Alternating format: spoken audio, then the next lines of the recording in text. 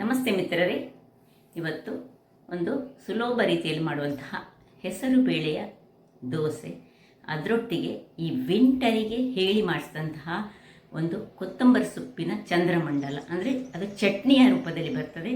ಬಹಳ ಟೇಸ್ಟಿಯಾಗಿ ಬರುವಂತಹದ್ದು. ಯಾರಿಗೆಲ್ಲ ಹಿಮೋಗ್ಲೋಬಿನ್ ಕಮ್ಮಿ ಉಂಟು ಅಂಥವರು ಈ ಸೀಸನ್ನಲ್ಲಿ ತುಂಬ ಈ ಕೊತ್ತಂಬರಿ ಸೊಪ್ಪು ಬರ್ತದೆ, ವಿಂಟರ್ ಸೀಸನ್.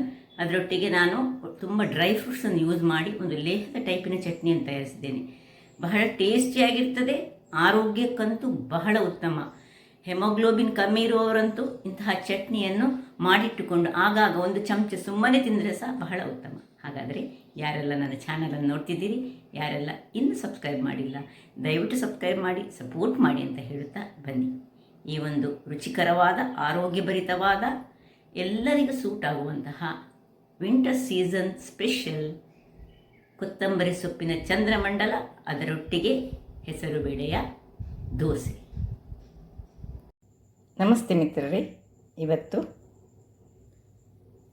ಈ ಒಂದು ಹೆಸರುಬೇಳೆ ಮತ್ತು ಉದ್ದು ಸಮ ಪ್ರಮಾಣದಲ್ಲಿ 1 ಲೋಟ ಹೆಸರುಬೇಳೆ ಆದರೆ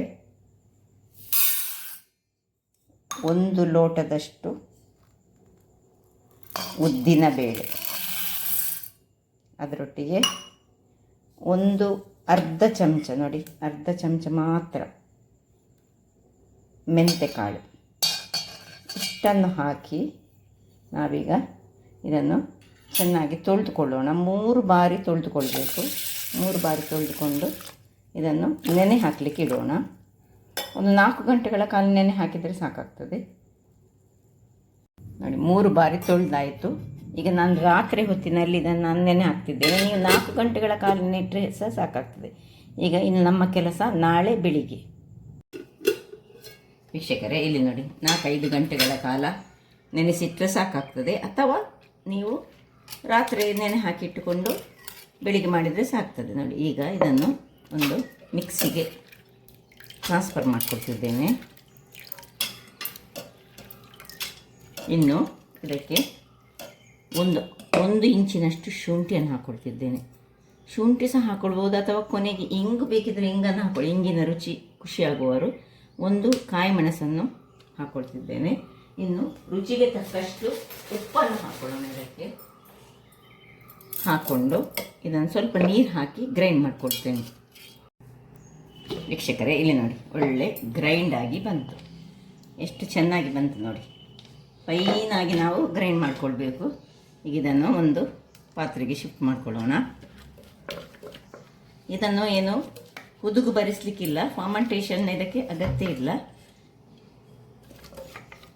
ಗ್ರೈಂಡ್ ಮಾಡೋದು ಮತ್ತು ಬೇಕಿದ್ರೆ ಒಂದು 5ರಿಂದ 10 ನಿಮಿಷ ಬೇಕಿದ್ರೆ ಇಟ್ಕೊಳ್ಬೋದು. ಇನ್ ಬಿಟ್ವೀನ್ ನಾನು ಈಗ ಇದನ್ನು ಇಟ್ಕೊಳ್ಳುವಾಗ ಚಂದ್ರಮಂಡಲ, ಇದರದ್ದು ಕೊತ್ತಂಬರಿ ಸೊಪ್ಪಿದು ಚಟ್ನಿ, ಅದೊಂದು ಕೊತ್ತಂಬರಿ ಸೊಪ್ಪು ಮತ್ತು ಎಲ್ಲ ಡ್ರೈ ಫ್ರೂಟ್ಸ್, ಡೇಟ್ಸ್, ಖರ್ಜೂರ ಮತ್ತು ಒಣ ದ್ರಾಕ್ಷೆ ಎಲ್ಲ ಹಾಕಿ ಮಾಡುವಂತಹ ಒಂದು ಕೊತ್ತಂಬರಿ ಸೊಪ್ಪಿನ ಚಟ್ನಿ. ಅದು ಕೊತ್ತಂಬರಿ ಸೊಪ್ಪಿನ ಚಂದ್ರಮಂಡಲ ಅಂತ ಹೇಳ್ತಾರೆ. ಅದಕ್ಕೆ ಬೇರೆ ಬೇರೆ ರೀತಿಯಾದ ಈಗ ಡ್ರೈ ಫ್ರೂಟ್ಸ್ಗಳನ್ನು ನಾವು ಹಾಕ್ಕೊಳ್ತಿದ್ದೇವೆ. ಹಾಗಾಗಿ ನೋಡಿ ಸ್ವಲ್ಪ ನೀರು ಹಾಕ್ಕೊಳ್ಳೋಣ, ಹೆಚ್ಚು ನೀರು ಬೇಡ. ನಾವು ಉಪ್ಪು ಸಹ ಇದರಲ್ಲಿ ಹಾಕ್ಕೊಂಡಿದ್ದೇವೆ ಮೊದಲೇ. ಸ್ವಲ್ಪ ಇದನ್ನು ಕಲಡಿಸಿಕೊಂಡು ಈ ಉದ್ದಿನ ದೋಸೆಯ ಹದಕ್ಕೆ ನಾವು ಮಾಡಿಕೊಳ್ಳೋಣ. ನೋಡಿ ಸ್ವಲ್ಪ ನೀರು ಹಾಕ್ಕೊಂಡ, ತುಂಬ ನೀರು ಹಾಕಲಿಕ್ಕೆ ಹೋಗಬೇಡಿ, ಮತ್ತು ಅದು ಏಳುವುದಿಲ್ಲ. ಸೊ ನೋಡಿ ಇಷ್ಟ ಆಗಿ ಇದನ್ನು ಒಂದು ಮುಚ್ಚಿ ಸೈಡಲ್ಲಿ ಇಟ್ಕೊಳ್ಳೋಣ. ಒಂದು 5-10 ನಿಮಿಷ ಬೇಕಿದ್ರೆ ಹೀಗೆ ಇಟ್ಕೊಳ್ಬೋದು ನಾವು. ಇದಕ್ಕೇನು ಸೋಡಾ ಗಿಡ ಏನು ಹಾಕ್ಕೊಳ್ಳಿಕ್ಕೆ ಇಲ್ಲ. ಈಗ ಇಲ್ಲಿ ಕೊತ್ತಂಬರಿ ಸೊಪ್ಪಿನ ಚಂದ್ರಮಂಡಲಕ್ಕೆ ಏನೆಲ್ಲ ಬೇಕಂತ ತೋರಿಸ್ಕೊಡ್ತಿದ್ದೇನೆ ನೋಡಿ. ಬೆಲ್ಲ ಒಂದು 50 ಗ್ರಾಮ್ಸ್ನಷ್ಟು, ಒಂದು 25 ಗ್ರಾಮ್ಸ್ನಷ್ಟು ಈ ಖರ್ಜೂರ ಒಂದು 10-15 ನೋಡಿ. ಇದರದ ಬೀಜವನ್ನು ತೆಗೆದುಕೊಂಡು ನಾವು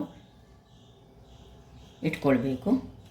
ಇಲ್ಲಿ ಖರ್ಜೂರ, ಒಣ ದ್ರಾಕ್ಷಿ ಸ್ವಲ್ಪ ಮುಳುಗಿಸಿಟ್ಟಿದ್ದೇನೆ. ಒಣ ದ್ರಾಕ್ಷಿ ಮುಳುಗಿಸಿಟ್ಟರೆ ತುಂಬ ಒಳ್ಳೆಯದಾಗ್ತದೆ. ಶುಂಠಿ 1 ಇಂಚಿನಷ್ಟು, 2 ಕಾಯಿ ಮೆಣಸನ್ನು ಕಟ್ ಮಾಡಿದ್ದೇನೆ, ಮತ್ತು ಒಂದು ಅರ್ಧ ಕಟ್ಟಿನಷ್ಟು ಕೊತ್ತಂಬರಿ ಸೊಪ್ಪು ಬೇಕು ನಮಗೆ. 1 ಕಟ್ಟು ಹಾಕಿದರೆ ಸಹ ಒಳ್ಳೆಯದಾಗ್ತದೆ. ಮತ್ತು ಒಂದು ಸಣ್ಣ ನಿಂಬೆ ಗಾತ್ರದ ಹುಳಿ. ಈಗ ಮೊದಲಿಗೆ ಇಲ್ಲಿ ಒಂದು ಬಾಣಲೆಯನ್ನು ಇಟ್ಕೊಂಡಿದ್ದೇನೆ ನಾನು. ಈಗ ನಾವು ಕೊತ್ತಂಬರಿ ಸೊಪ್ಪಿನ ಚಟ್ನಿ ಅಂದರೆ ಕೊತ್ತಂಬರಿ ಸೊಪ್ಪಿನ ಚಂದ್ರಮಂಡಲ ಅಂತ ಕರಿತೇವೆ ಅದಕ್ಕೆ. ಅದನ್ನು 1 ಲೋಟ ನೀರಿಗೆ ಈ 50 ಗ್ರಾಮ್ಸ್ನಷ್ಟು ಬೆಲ್ಲ ಹಾಕ್ಕೊಂಡಿದ್ದೇನೆ. ಆ ಬೆಲ್ಲ ಒಳ್ಳೆ ಕರಗುವಾಗ ನಾವಿಲ್ಲಿ ಕರಗಿಕೊಳ್ಳಿ. ಇಲ್ಲಿ ಈ ಎರಡನ್ನು ಒಂದು ಸ್ವಲ್ಪ ಜಸ್ಟ್ ಒಂಚೂರು ಗ್ರೈಂಡ್ ಮಾಡ್ಕೊಂಡು ತರ್ತೇನೆ. ಇದರ ಬೀಜ ಏನು ಇಟ್ಕೊಳ್ಬಾರ್ದು ನೋಡಿ, ಎಲ್ಲ ಬೀಜ ತೆಗೆದು ಒಂದು ಬೀಜ ಸಹ ಇರಬಾರ್ದು. ಇದೆರಡನ್ನು ಒಂದು ಮಿಕ್ಸಿ ಜಾರಿಗೆ ಹಾಕಿ ಇದು ನೋಡಿ, ಇದು ಪ್ಲಸ್ ಸ್ವಲ್ಪ ನೋಡಿ ನೀರಲ್ಲಿ ಮುಳುಗಿಸಿದ ಅದೇ ನೀರನ್ನು ತೊಳೆದಿಟ್ಟುಕೊಂಡು ಮುಳುಗಿಸ್ಕೊಳ್ಬೇಕು ಯಾವಾಗಲೂ. ಅದೇ ನೀರನ್ನು ಹಾಕಿ ಒಂದು ಪೇಸ್ಟ್ ಮಾಡಿ ತರ್ತೇನೆ. ಅದರೊಟ್ಟಿಗೆ ಈ ಹುಳಿಯನ್ನು ಸಹ ಹಾಕ್ಕೊಳ್ತಿದ್ದೇನೆ. ವೀಕ್ಷಕರೇ ಇಲ್ಲಿ ನೋಡಿ, ತುಂಬ ಗ್ರೈಂಡ್ ಆಗಬೇಕಂತಿಲ್ಲ. ಹದದಲ್ಲಿ ನಾನು ಸ್ವಲ್ಪ ಕೊತ್ತಂಬರಿ ಸೊಪ್ಪಿನ ದಂಟನ್ನು ಸಹ ಇದರಲ್ಲಿ ಹಾಕ್ಕೊಂಡೆ ಗ್ರೈಂಡ್ ಮಾಡುವಾಗ. ಈ ರೀತಿಯಾಗಿ ತರಿಯಾಗಿ ಆದರೆ ಆಯಿತು. ಈಗ ಇದನ್ನು ನೋಡಿ, ಇದು ಬೆಲ್ಲ ಎಲ್ಲ ನೀರಾಯಿತು. ನೀರಾದ ಬೆಲ್ಲಕ್ಕೆ ನಾವು ಇದನ್ನು ಹಾಕೊಳ್ಳೋಣ. ಇದನ್ನು ಸ್ವಲ್ಪ ಸ್ಟೋರ್ ಮಾಡಿಡುವಂತಹ ಚಟ್ನಿ ಇದು. ಈ ಚಳಿಗಾಲಕ್ಕೆ ಹೇಳಿ ಮಾಡಿಸಿದಂತಹ ಚಟ್ನಿ. ಯಾಕಂದರೆ ಡೇಟ್ಸ್ ಮತ್ತು ದ್ರಾಕ್ಷಿ ಇವುಗಳೆಲ್ಲ ಚಳಿಗಾಲದಲ್ಲಿ ನಾವು ಹೆಚ್ಚು ಈ ಡ್ರೈ ಫ್ರೂಟ್ಸ್ಗಳನ್ನು ನಾವು ತಿನ್ನಬೇಕಂತ. ಅದರಿಂದಾಗಿ ನೋಡಿ ಇದಕ್ಕೆ ಎಲ್ಲವನ್ನು ಇದಕ್ಕೆ ಹಾಕ್ಕೊಂಡು ಇನ್ನು ಇದನ್ನು ಚೆನ್ನಾಗಿ ಒಮ್ಮೆ ಕಲಡಿಸ್ಕೊಳ್ಳೋಣ. ಇದರಲ್ಲಿ ಮಿಕ್ಸ್ ಆಗಬೇಕಿದೆ ಒಳ್ಳೆ. ಈ ಚಟ್ನಿಯನ್ನು ತುಂಬ ಈ ಕೊತ್ತಂಬರಿ ಸೊಪ್ಪು ಬರುವಾಗ ಮಾಡಿಟ್ಟುಕೊಂಡ್ರೆ ಬಹಳ ಉತ್ತಮ. ಈಗ ಇದಕ್ಕೆ ಶುಂಠಿ ಮತ್ತು ಕಾಯಿ ಮೆಣಸು ಕಟ್ ಮಾಡಿಕೊಂಡದ್ದು ಒಂದೂವರೆ ಇಂಚಿನಷ್ಟು ನಾನು ಶುಂಠಿಯನ್ನು ಕಟ್ ಮಾಡ್ಕೊಂಡಿದ್ದೇನೆ. ಒಳ್ಳೆ ಚೆನ್ನಾಗಿ ತೊಳೆದುಕೊಂಡು ಮಾಡಬೇಕು. ಇನ್ನು ಉಪ್ಪು, ರುಚಿಗೆ ತಕ್ಕಷ್ಟು ಉಪ್ಪನ್ನು ಹಾಕೊಳ್ಳೋಣ. ಕೊನೆಯದಾಗಿ ಇದರದ್ದು ಮೇನ್ ಇಂಗ್ರೀಡಿಯೆಂಟ್ಸ್ ಕೊತ್ತಂಬರಿ ಸೊಪ್ಪು. ಒಂದು ಕಟ್ಟು ಹಾಕಿದರೆ ಸಹ ಉತ್ತಮ. ನಾನೊಂದು ಅರ್ಧದಿಂದ 3/4 ಕಟ್ಟಿನಷ್ಟು ಹಾಕ್ಕೊಂಡಿದ್ದೇನೆ. ಈಗ ಇದನ್ನು ಚೆನ್ನಾಗಿ ಒಳ್ಳೆ ಬೇಯಬೇಕಿದರಲ್ಲಿ. ಒಂದು 5 ನಿಮಿಷಗಳ ಕಾಲ ಇದನ್ನು ಮುಚ್ಚಿಟ್ಟುಕೊಂಡು ಬೇಯಿಸ್ಕೊಳ್ಳೋಣ. ವೀಕ್ಷಕರೇ ಇಲ್ಲಿ ನೋಡಿ, ಸ್ವಲ್ಪ ಒಳ್ಳೆ ಬೆಂದಿತ್ತಿದೆ. ಈಗ ಬೆಂದ ಮೇಲೆ ಇನ್ನು ನಾವು ಇದನ್ನು ಓಪನಲ್ಲಿಟ್ಟು ಇದನ್ನು ಕೈಯಾಡಿಸ್ತಲೇ ಇದು ಒಳ್ಳೆ ಒಂದು ಹದಕ್ಕೆ ಬರುವವರೆಗೆ, ಅಂದರೆ ಬೆಲ್ಲ ಹಾಕಿದ್ದೇವೆ, ಖರ್ಜೂರ ಉಂಟು, ಒಳ್ಳೆ ಇದೊಂದು ಲೇಹದ ಹಾಗೆ ಬರ್ತದೆ. ಸ್ವಲ್ಪ ನಾವು ಬೇಕಿದ್ರೆ ಇದನ್ನು ಸ್ವಲ್ಪ ನೀರಿನಲ್ಲಿ ಸಹ ಇಟ್ಟುಕೊಳ್ಬೋದು. ತುಂಬ ನೀರಿನಲ್ಲಿ ಇಟ್ಟುಕೊಂಡ್ರೆ ಹೆಚ್ಚು ಸಮಯ ಬಾಳಿಕೆ ಬರುವುದಿಲ್ಲ. ಇದನ್ನು ಲೇಹದ ಟೈಪಲ್ಲಿ ಸರಿ ಇದನ್ನು ಒಂದು ಹದಕ್ಕೆ ತಂದರೆ, ಒಂದು ಲೇಹ ಟೈಪ್ ಇತ್ತಂದರೆ ಇದು ತುಂಬ ದಿವಸ ಸಹ ಇಟ್ಕೊಳ್ಳುವಂತಹ ಒಂದು ಚಟ್ನಿ. ತುಂಬ ಕೊತ್ತಂಬರಿ ಸೊಪ್ಪು ಬರುವಾಗ ಒಂದು 2-3 ಕಟ್ಟನ್ನು ಯೂಸ್ ಮಾಡಿ ಇಂಥದ ಚಟ್ನಿಯನ್ನು ಮಾಡಿಟ್ಟುಕೊಳ್ಬೋದು. ಈಗ ಇದು ಈಗ ಸ್ವಲ್ಪ ನಾನು ಕೈಯಾಡಿಸ್ತಲೇ ಇರ್ತೇನೆ ಅದು ಹದಕ್ಕೆ ಬರುವವರೆಗೆ. ಒಂದು ಹದಕ್ಕೆ ಇದು ಬಂತು. ಈಗ ಇದಕ್ಕೆ ನಾನು ಒಂದು ಪಿಂಚ್ ಆಫ್ ಹಳದಿ, ಅರಶಿನದ ಪೌಡರ್ ಹಾಕ್ಕೊಳ್ತಿದ್ದೇನೆ. ಇನ್ನು ಇಲ್ಲಿ ನೋಡಿ, ಒಂದು 5-6 ಕರಿಮೆಣಸಿನ ಪುಡಿ, ಕರಿಮೆಣಸನ್ನು ಪೌಡರ್ ಮಾಡಿಕೊಂಡು ಆಯಿತು. ಇಷ್ಟು ಹಾಕಿ ನನಗೀಗ ದೋಸೆ ತಿನ್ನಲಿಕ್ಕೆ ಇಷ್ಟು ಸಾಕು, ಸ್ವಲ್ಪಕ್ಕೆ ಮಾಡಿದ್ರಲ್ಲ. ಬೇಕಿದ್ದರೆ ಇದನ್ನು ಇನ್ನೂ ಸಹ ಒಳ್ಳೆ ಲೇಹ ಥರದಲ್ಲಿ ನಾವು ಮಾಡಿಕೊಳ್ಬೋದು. ಅದಕ್ಕೋಸ್ಕರ ನಾವು ಈಗ ಇದನ್ನು ಹೀಗೆ ಶಿಫ್ಟ್ ಮಾಡಿಕೊಂಡು ಇದರಲ್ಲಿ ಇಟ್ಕೊಂಡು ಸಣ್ಣ ಉರಿಯಲ್ಲಿ ಇಟ್ಕೊಳ್ಳೋಣ.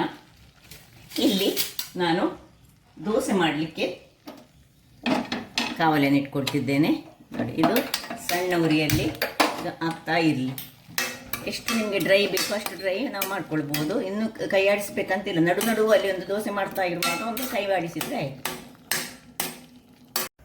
ವೀಕ್ಷಕರೇ ಇಲ್ಲೀಗ ಬಿಸಿ ಆಯಿತು ನೋಡಿ. ಇದು ನೋಡಿ ಒಂದು ಹದಕ್ಕೆ ಬಂತು ನೋಡಿ. ನಮಗೀಗ ಇಷ್ಟಕ್ಕೆ ಸಾಕು. ಇದನ್ನು ನಾನೀಗ ಆಫ್ ಮಾಡಿಕೊಡ್ತಿದ್ದೇನೆ. ಆಫ್ ಆಗಲಿ. ಇಲ್ಲಿ ಹಿಟ್ಟು ನೋಡಿ, ಹಿಟ್ಟಿನ ಹದ ಈ ರೀತಿ ಇರಬೇಕು, ಕಾಣ್ಬೋದು ನಿಮಗೆ. ಈಗ ಒಂದು ಸೌಟಿನಷ್ಟು ತೆಗೆದುಕೊಂಡು ನಿಮಗೆ ಎಷ್ಟೆಷ್ಟು ದೊಡ್ಡ ದೋಸೆ ಬೇಕೋ ಅಷ್ಟು ದೊಡ್ಡ ತೆಳುವು ದೋಸೆಯನ್ನು ಮಾಡಿಕೊಂಡ್ರೆ ಆಯಿತು ನೋಡಿ. ಇದರ ಮೇಲೆ ಸ್ವಲ್ಪ ತುಪ್ಪವ ಎಣ್ಣೆಯ ಯಾವುದು ಬೇಕಾದನ್ನು ಹಾಕ್ಕೊಳ್ಬೋದು. ನಾವು ಯಾವುದಕ್ಕೆ ಸಿದು ಚೆನ್ನಾಗಿ ಬರ್ತದೆ. ಮುಚ್ಚಳವನ್ನು ಮುಚ್ಚಿಕೊಂಡು ಬೇಯಿಸ್ಕೊಳ್ಳೋಣ. ಇಲ್ಲಿ ವೀಕ್ಷಕರೇ, ಇಲ್ಲಿ ನೋಡಿ ದೋಸೆ ಸಹ ರೆಡಿ ಆಗ್ತಾ ಬಂತು. ಈಗ ನೋಡಿ ಇದನ್ನು ಅಡಿಮೇಲೆ ಮಾಡ್ಕೊಳ್ಳೋಣ, ಅಂದರೆ ತಿರುವಿ ಹಾಕೋಣ. 1-2 ನಿಮಿಷ ತಿರುವಿ ಹಾಕ್ಕೊಳ್ಳುವ ಮೊದಲು ಇಲ್ಲಿ ನೋಡಿ ಇದನ್ನು ನಾನು ಹೀಗೆ ಬಂದಿದೆ ನೋಡಿ, ಲೇಹದ ಟೈಪಲ್ಲಿ ಬರ್ತದೆ. ಇದನ್ನು ಸೈಡಲ್ಲಿ ಯಾವ ನೀರು ದೋಸೆಗೆ ಸಿದು ಒಳ್ಳೆಯದಾಗ್ತದೆ. ಈ ದೋಸೆಗಂತೂ ಸೂಪರ್ ಆಗಿ ಆಗ್ತದೆ. ಸೊ ನಾನು ಇದು ಸ್ವೀಟ್, ಹುಳಿ ಮತ್ತು ಖಾರ ಎರಡನ್ನೂ ಹೊಂದಿರುವಂತಹದ್ದು. ಅದರಿಂದಾಗಿ ಅದರೊಟ್ಟಿಗೆ ಈ ಸೀಸನ್ನಲ್ಲಿ, ವಿಂಟರ್ ಸೀಸನ್ನಲ್ಲಿ ತುಂಬ ಕೊತ್ತಂಬರಿ ಸೊಪ್ಪು ಫ್ರೆಶ್ ಎಷ್ಟು ಸಹ ಸಿಗ್ತದೆ, ಅದನ್ನು ಯೂಸ್ ಮಾಡ್ಕೊಳ್ಬೋದು. ಈಗ ಇದರೊಟ್ಟಿಗೆ ಈ ಒಂದು ಹೆಸರು ಬೇಳೆಯ ದೋಸೆ ನೋಡಿ ಹೇಗೆ ಬಂತು ನೋಡಿ. ಅದೇ ರೀತಿ ಪುನಃ ಒಂದು ದೋಸೆಯನ್ನು ಹೀಗೆ ಒಂದು ಸೌಟ್ ಹಾಕೊಳ್ಳೋದು, ಮತ್ತು ಹೀಗೆ ಎಷ್ಟು ತೆಳು ಬೇಕು, ತೆಳುವು ಸಹ ಆಗ್ತದೆ, ಎಷ್ಟು ತೆಳು ಸಹ ಹೇಳ್ತದೆ ಅದು. ನೋಡಿ ಇದನ್ನು ದೊಡ್ಡದು ಮಾಡಿದೆ ನಾನು. ಮೇಲೆ ಸಣ್ಣ ದೋಸೆ ಸಹ ಮಾಡ್ಬೋದು, ದೊಡ್ಡ ದೋಸೆ ಸಹ ಮಾಡ್ಕೊಳ್ಬೋದು. ಈಗ ಇದನ್ನು ಮುಚ್ಚಿಟ್ಕೊಂಡು ಬೇಯಿಸ್ಕೊಳ್ಳೋಣ. ಅದು ಆಗಿ ವೀಕ್ಷಕರೇ ನೋಡಿ 2ನೇ ದೋಸೆ ಸಹ ರೆಡಿ ಆಯಿತು. ಈಗ ಇದನ್ನು ನಾನು ತಿರುವಿ ಹಾಕೋದಿಲ್ಲ, ತಿರುವಿ ಹಾಕದೆ ಸಹ ಸ್ವಲ್ಪ ಕ್ರಿಸ್ಪಿಯಾಗಿ ಕಾಯಿಸ್ಕೊಂಡು ಸಹ ನಾವು ಮಾಡ್ಕೊಳ್ಬೋದು. ನೋಡಿ ಈಗ ಸೀದಾ ತೆಗೆದುಕೊಳ್ತಿದ್ದೇನೆ ನೋಡಿ ಹೇಗೆ ಕ್ರಿಸ್ಪಿಯಾಗಿ ಬಂತು. ಕ್ರಿಸ್ಪಿಯಾಗಿ ಸಹ ನೀವು ತೆಗೆದುಕೊಳ್ಬೋದು. ಸೊ 2 ಥರದ ದೋಸೆ ರೆಡಿಯಾಗಿದೆ. ಇಲ್ಲಿ ಚಟ್ನಿ ಅಂತೂ ನೋಡಿ ಅಲ್ಟಿಮೇಟ್ ಟೇಸ್ಟ್ ಇರುವಂತಹ ಒಂದು ಚಟ್ನಿ. ಸೊ ಇಲ್ಲಿ ನೋಡಿ ದೋಸೆ ಪ್ಲಸ್ ಚಟ್ನಿ. ಹಾಗಾದರೆ ನೋಡಿದ್ರಲ್ಲ ವೀಕ್ಷಕರೇ, ಈ ಒಂದು ಹೆಸರು ಬೇಳೆಯ ದೋಸೆಗೆ ಈ ಚಟ್ನಿ ಬಹಳ ರುಚಿಕರವಾಗಿ ಬರ್ತದೆ. ಅದು ಯಾವ ದೋಸೆಗೆ ಸಹ ಆಗ್ತದೆ, ಇಡ್ಲಿಯನ್ನು ಸಹ ಇದನ್ನು ತಿನ್ಬೋದು. ಹಾಗಾದರೆ ನನ್ನ ಈ ಕುಕಿಂಗ್ ಚಾನಲ್ ನಿಮ್ಗೆ ಇಷ್ಟ ಆದರೆ ಬೋಳು ಸುವರ್ಣ ಚಾನಲನ್ನು ಲೈಕ್ ಮಾಡಿ, ಶೇರ್ ಮಾಡಿ, ಹಾಗೆ ಸಬ್ಸ್ಕ್ರೈಬ್ ಮಾಡಿ, ಹಾಗೂ ನನ್ನ ಇನ್ಸ್ಟಾಗ್ರಾಮ್ ಪೇಜನ್ನು ಫಾಲೋ ಮಾಡಿ. ಧನ್ಯವಾದಗಳು.